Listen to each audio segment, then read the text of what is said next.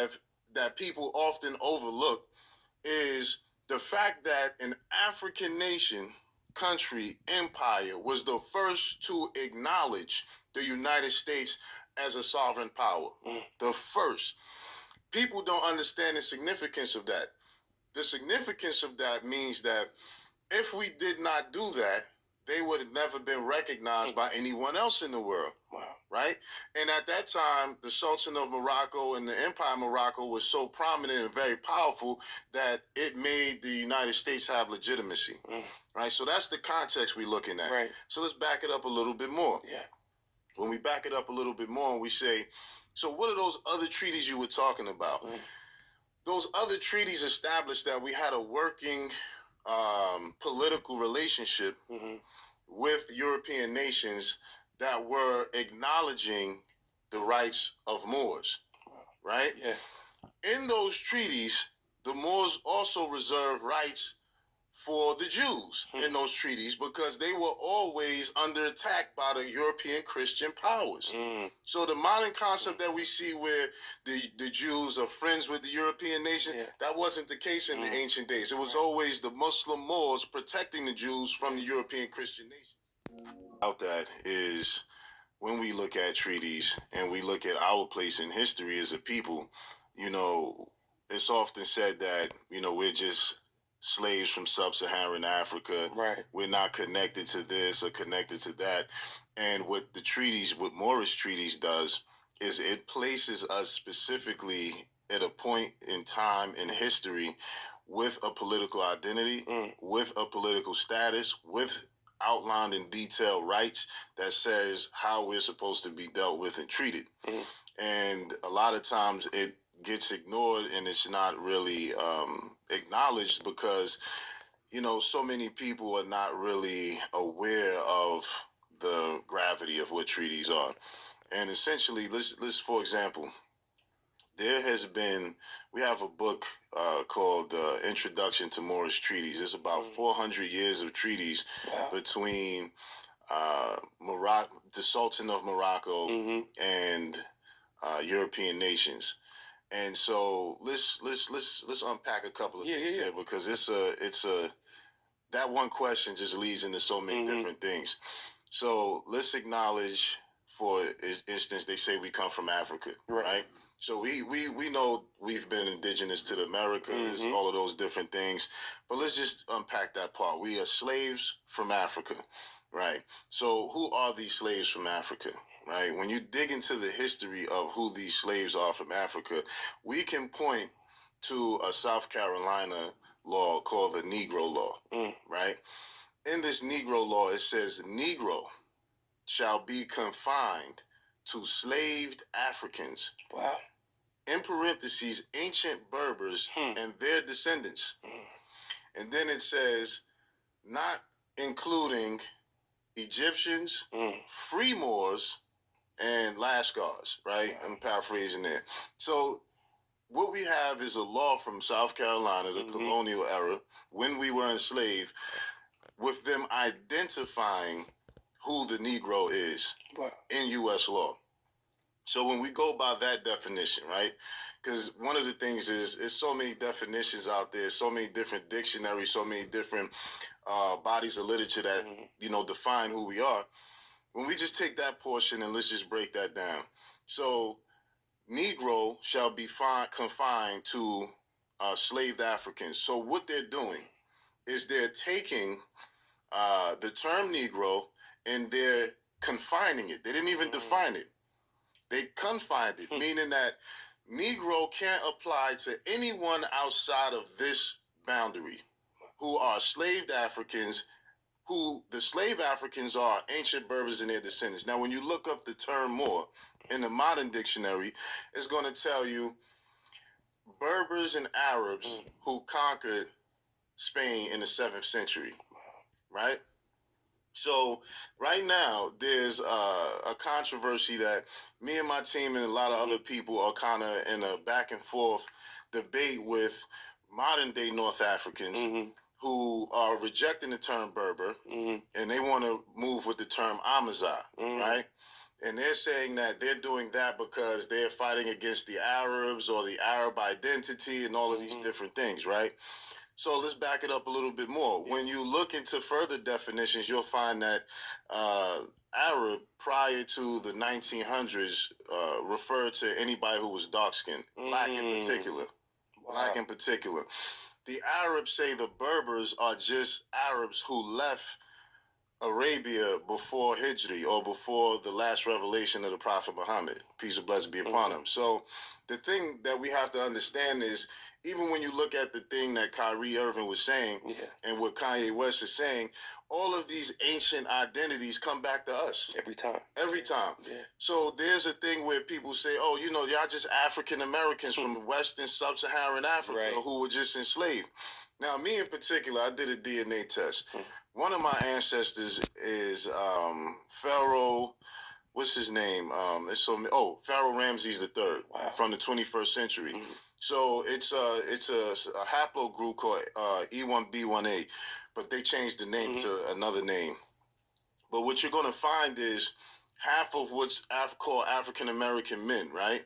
Half of them are of the R1B subclad haplogroup, which is the one that's connected to King Tut. Wow. And the other half is the one connected to Pharaoh Ramses III. So if you look into most of the quote-unquote African-American men in this country, they're going to have one or two of those type of subclass. There's other ones, but those are the main ones.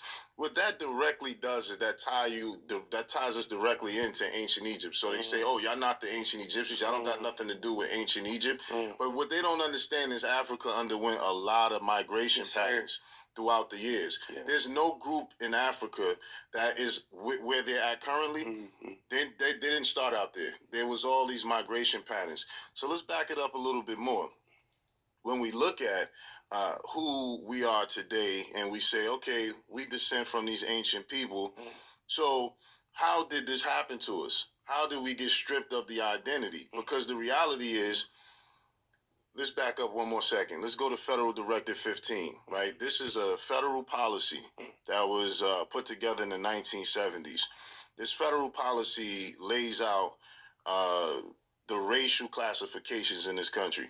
So the racial classifications in this country, when you look it up, it says it doesn't pertain to science or anthropology. So that means that when we're talking about who's this race or that race and who's this descent, it has nothing to do with science. It has nothing to do with anthropology. It is purely a social construct, the way the federal policy is. When you look at all of the definitions, you start with American Indian.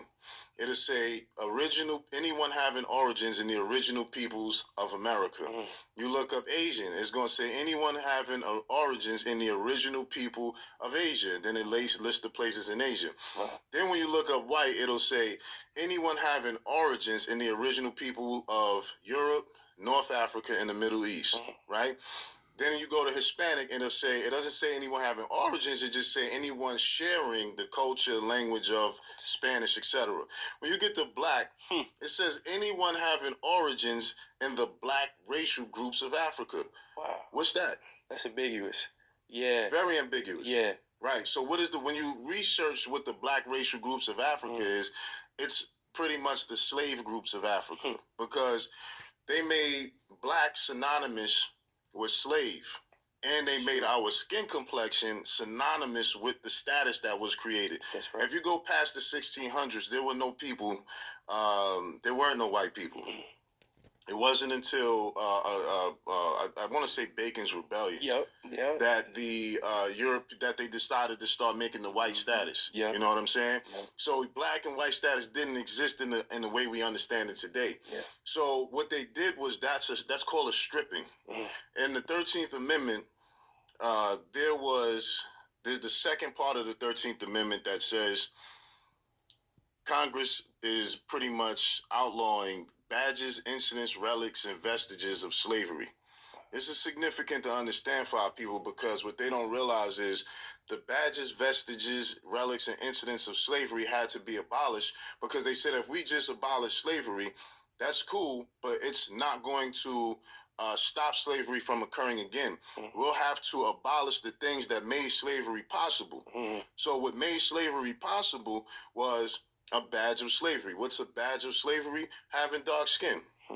Because when you were in slave days, having dark skin, you were presumed to be a slave. You had to prove through documentation that you weren't a slave, which means you had to have your freedom papers or your manumission papers or something saying you was free. Because if you didn't, you were presumed to be a slave. So what that badge of slavery did was strip us of the identity. Congress in 2008 came out with an apology for slavery. And in it, it says, whereas Africans were subjected to indignities of being stripped of their name and heritage, right? So they acknowledged that there was a stripping that occurred. So this is why it's so offensive to the modern world when we say we the original Jews, we the original Arabs, we the original Egyptians, we the original this, we the original Native Americans. They're like, no, you're not. Y'all are what? Black slaves. That's right. Right? Because there was a stripping of the identity, and everybody's invested in us not knowing who we are and not accessing those identities, because with that becomes the access to the rights, the privileges, and immunities that come with that. So I wanted to lay that groundwork down first. So when we start talking about the treaties, we have an understanding of what it is that we, are accessing. Yeah. So when we look at treaties, treaties are higher than international law.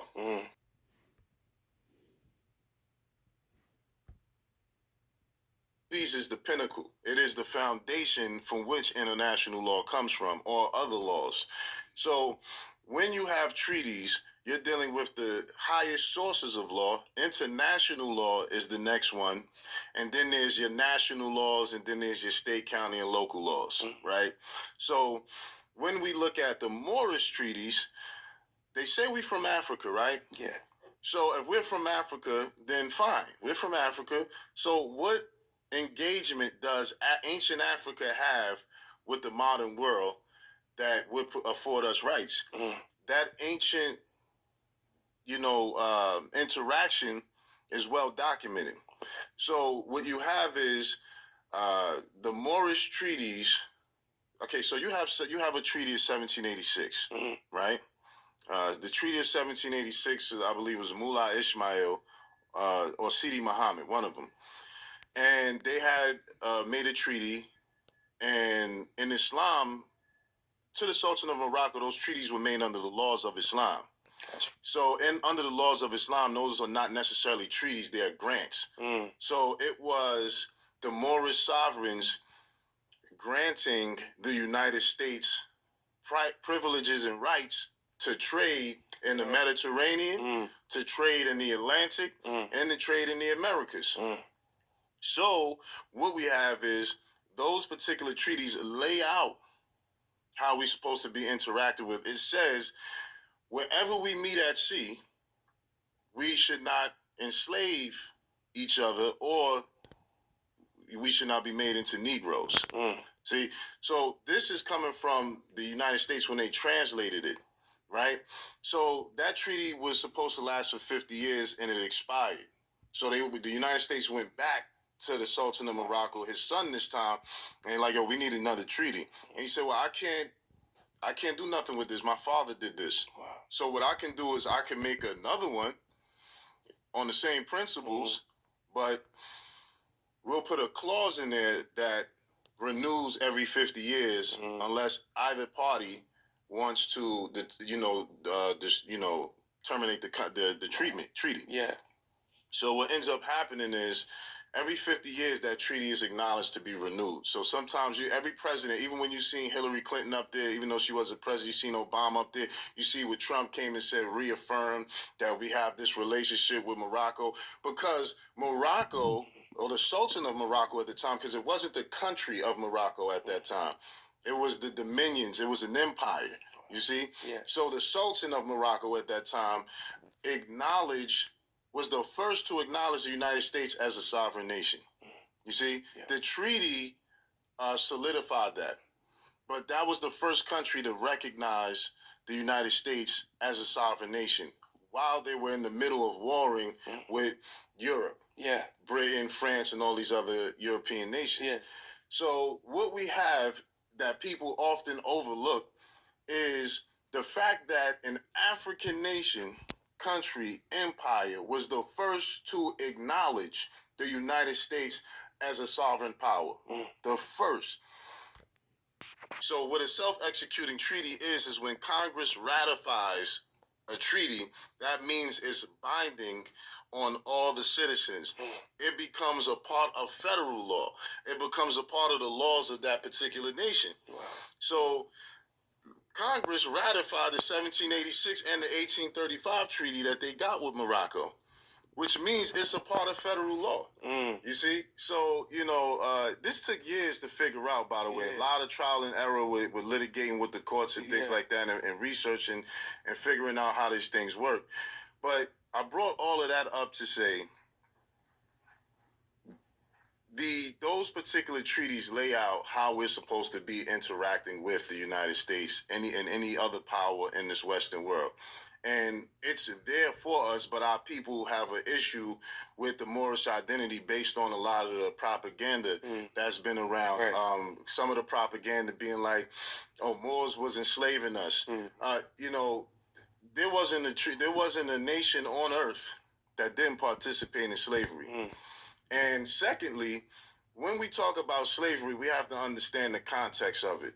First of all, the way the West African slave trade began is it began between Askia Muhammad from the Songhai Empire and I think I forget his name. There's so many of the sultans from Morocco, but it's one of the sultans from Morocco that overthrew a previous sultan. Wow.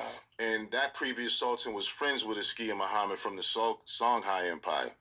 And so when the new sultan overthrew that sultan, he did it because he felt he was weak on the borders, on the French and on the Spanish, and protecting it.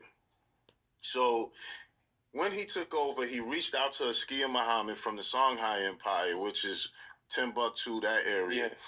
And he said, "Listen, you had good relations with the previous sultan. Hopefully you're on good relations with us. Send some troops because we need to fortify the borders." So what Askia Muhammad does is he sent troops up there, but he didn't send them to help. They burned Morocco down, pretty much. They burnt it down, And so what ends up happening is the Sultan then sends troops there to attack, and they didn't really make it through the jungle, so that a lot of them died on the way.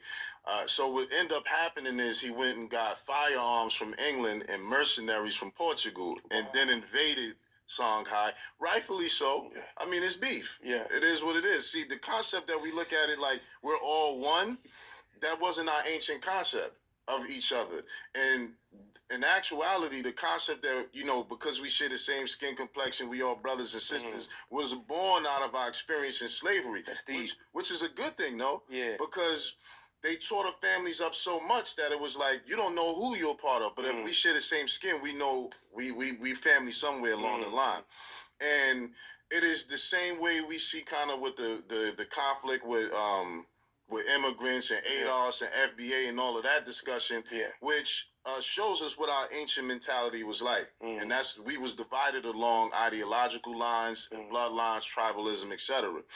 So what happened is when Morocco invaded, they took over, and the bloodlines merged, right? But even when we look at who founded Morocco, it was the Almoravids, who was from West Africa, right? And they went up and set up a city called Marrakesh, right? And then Marrakesh is what became and grew to what Morocco is. So we also see there's a case, an international case, international criminal court of justice case where Morocco was suing Spain over the Western Sahara, which is a disputed territory.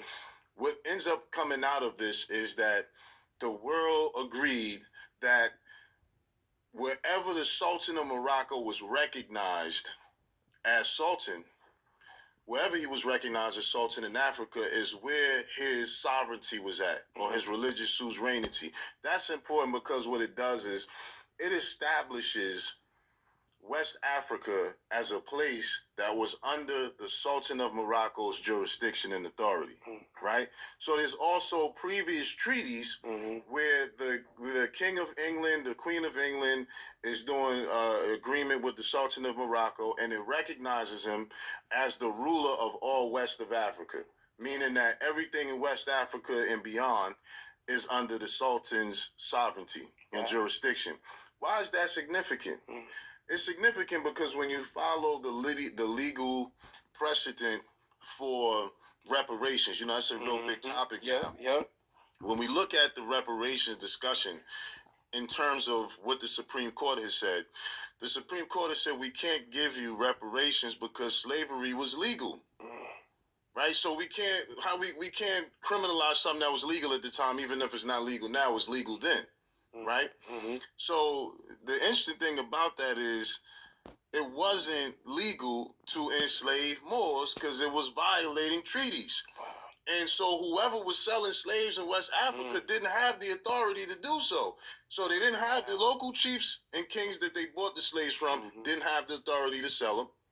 And the Europeans who bought them didn't have the authority to buy them. So what we see is that's a crime. So what that does is that changes the precedence. It changes the narrative that makes, in terms of at least with the Supreme Court rulings, it makes it so we can prove that slavery was illegal when it pertained to us. You see? Yeah. So that's why the treaties is important at an ultimate level. And this is why understanding our identity within that context and, embracing the Moorish identity is significant, because whether you want to say you're original Kemite, an original American, Aboriginal American, whether you want to acknowledge that we the original Jews or we the original Arabs or whatever the case is, the word Moor covers all of that.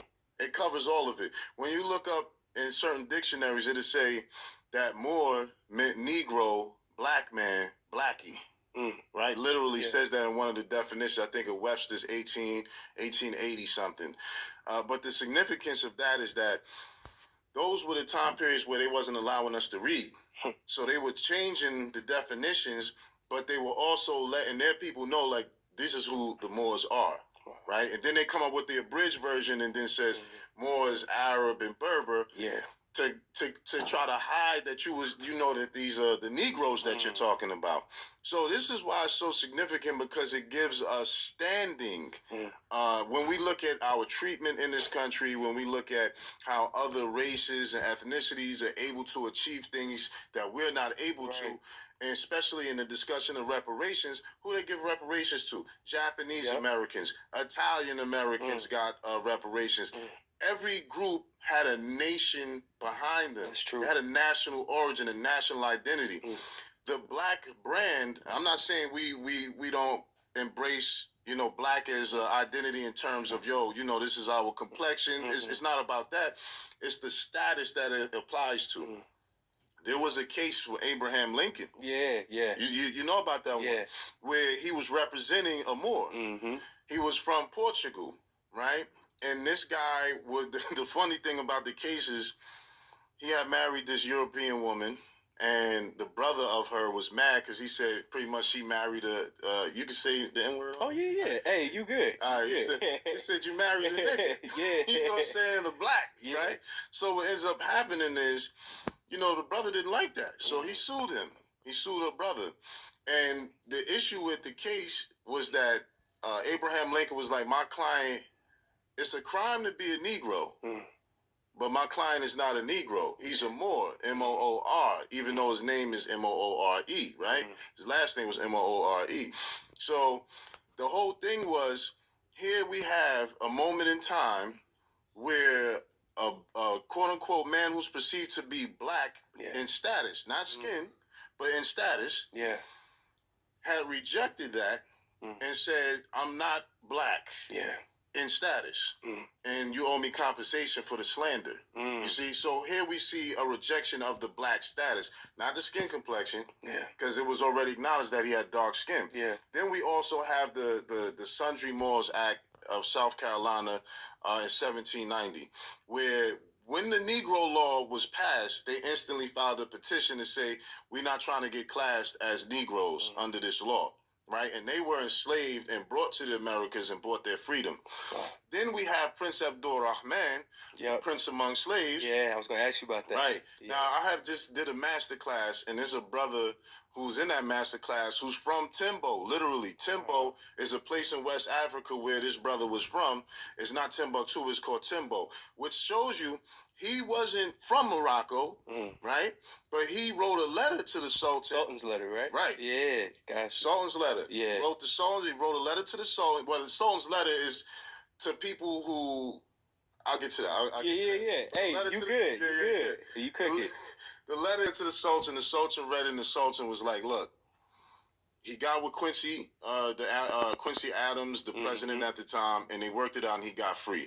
So here's a slave, or a man who was a slave from Africa, who's not from Morocco, who's not Moroccan, who wrote the Sultan, and the Sultan got him released, right? So